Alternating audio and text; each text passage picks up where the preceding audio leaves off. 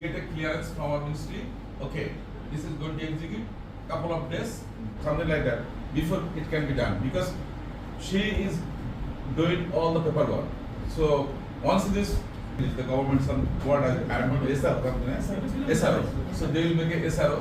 No, environment ministry is our project.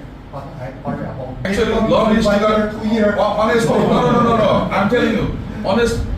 Law ministry. You don't need to worry about this law I worry ministry. about the time. The time. Timing, I'm sure that it is not going to. You are getting the information tomorrow.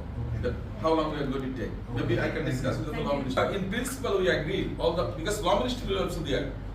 In the meeting, law ministry. Law ministry will.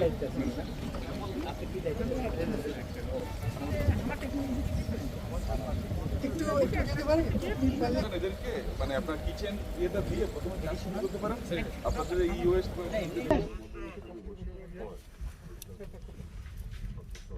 সব damage হয়ে গেছে light ইয়া হয়ে recharge হয়েছে আর এনা 2 নম্বর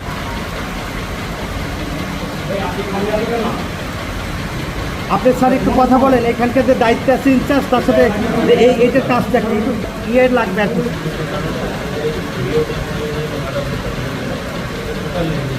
তাতে আশা করছি আগামীকালের ভিতরে আমরা এই বিধিমেলা সংক্রান্ত যে ব্যাপারটা আছে এটা নিষ্পত্তি করতে পারবো।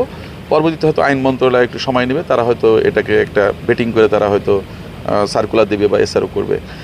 আর এখানে এসে আমি যেটা বুঝলাম সেটা হচ্ছে যে এখন এনাদের পার্ট কাজ কমপ্লিট করা আছে, ল্যান্ড ফিলিং সহ কিছু কাজ, বাকিটা আমাদের বিধিমালা নিয়ে আগামীকাল যদি আমরা ওনাকে ওকে করতে পারি তাহলে ওনারা একটা টার্গেট নিয়ে কাজ শুরু করবে এবং আমরা আশা করছি জুলাই মাসে হয়তো আমরা এটাকে কনস্ট্রাকশন পর্যায়ে কাজ শুরু করতে পারবো, মানে এই যে প্রজেক্ট নিয়ে আর কি।